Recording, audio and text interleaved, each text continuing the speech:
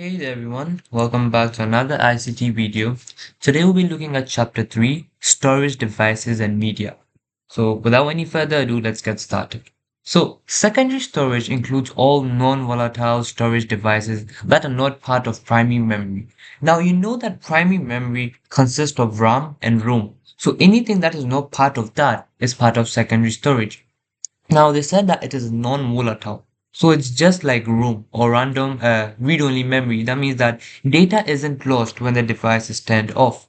Now, storage capacity of these devices is much larger than RAM or ROM, but data access time is much longer. So now it means that these devices can store a lot of data, but to access that data, it takes a lot of time.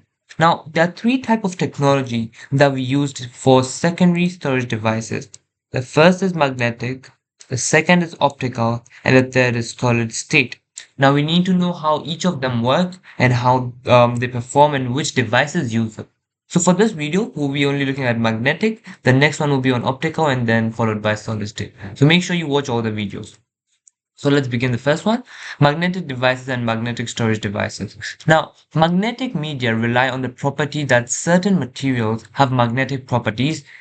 We usually use iron oxide and that these properties can be used to store data or in the form of binary, so like in ones and zeros. Now, magnetic media are a type of permanent storage. So now data is permanently stored unless they are overwritten or deleted by the user of the system. Now we are going to look at two types of magnetic devices, magnetic tape drives and then hard disk drives.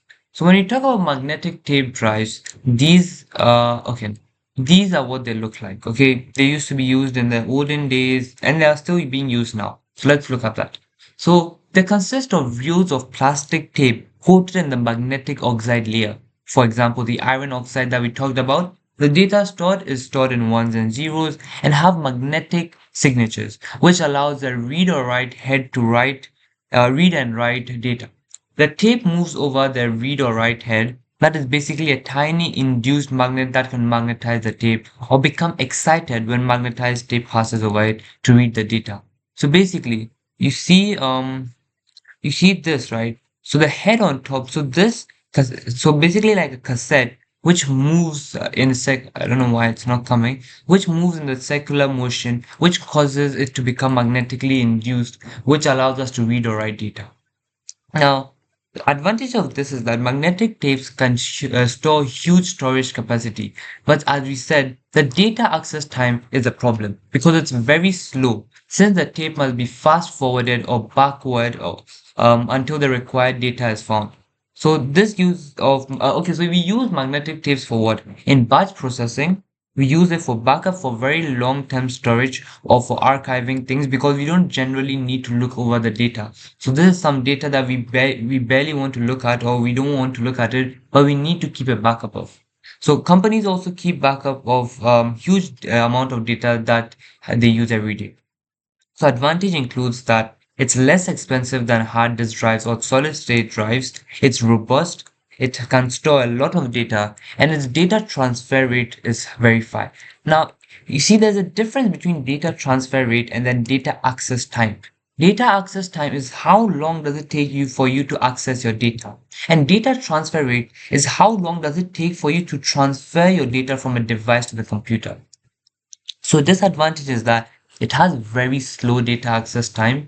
It's updating data requires a new tape to be produced and they're affected by magnetic fields. Because we are looking at magnetic tape drives, of course, they use magnetic properties. So any magnetic field can also affect its working. Then the second one is hard disk drive.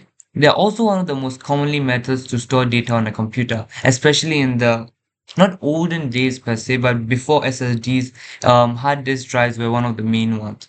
Data is stored on disk surfaces called platters that are coated in magnetic material. Now this is something that you don't really need to know because personally I haven't seen a question on that or this, but just read it in case for your extra information. I'm not going to read it because I don't really think it's coming, but just read it for me, okay? Let's move on here. So magnetic disk drives suffers from latency. Now, latency is the time taken for a specific block of data on a track to rotate around to the read or write head.